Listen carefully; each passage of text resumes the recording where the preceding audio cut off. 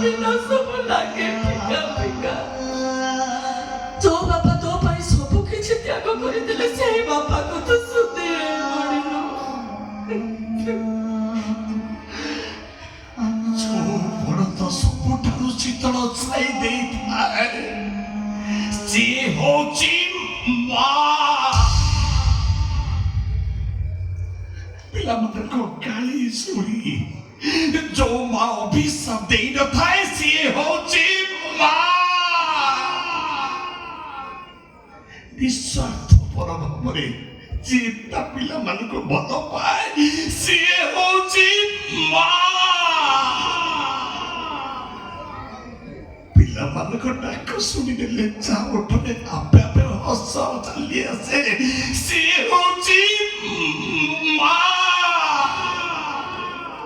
ନିଜ ପେଟକୁ ଅଣ୍ଟା କରି ସେ ପିଲାମାନଙ୍କ ପେଟକୁ ପୁରେଇ ଥାଏ ସିଏ ହଉଛି ମା।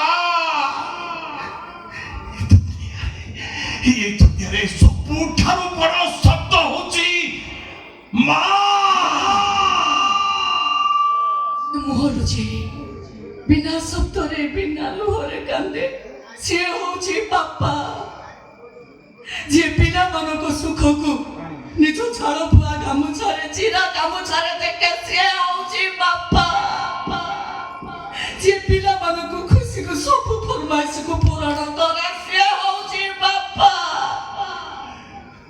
ଯିଏ ପିଲାମାନଙ୍କର ଦୁଃଖ ସୁଖ କଥା ବୁଝି ବୁଝି ନିଜ ପିଠିକୁ ଘା କରିଦିଏ ସିଏ ହଉଛି ବାପା।